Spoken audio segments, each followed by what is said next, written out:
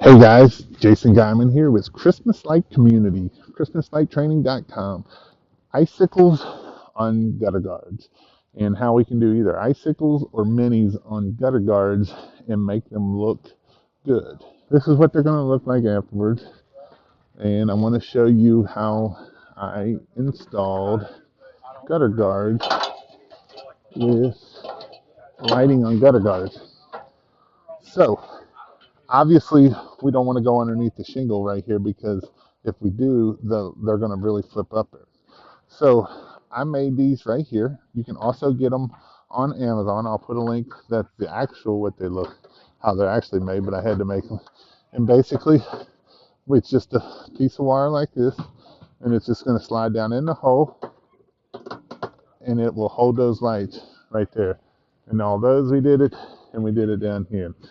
On the roof, we actually just take a shingle tab and we just put it right up under it there.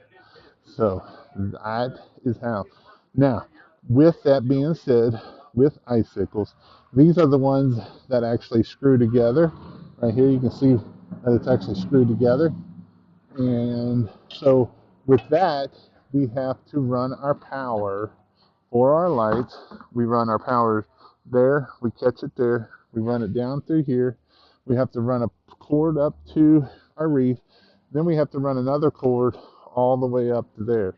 And that is how we get our power for our wreath.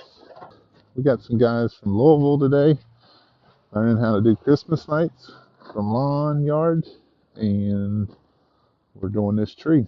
But also, we had to run that extension cord to catch all of our garland because we can't tie our garland into icicles.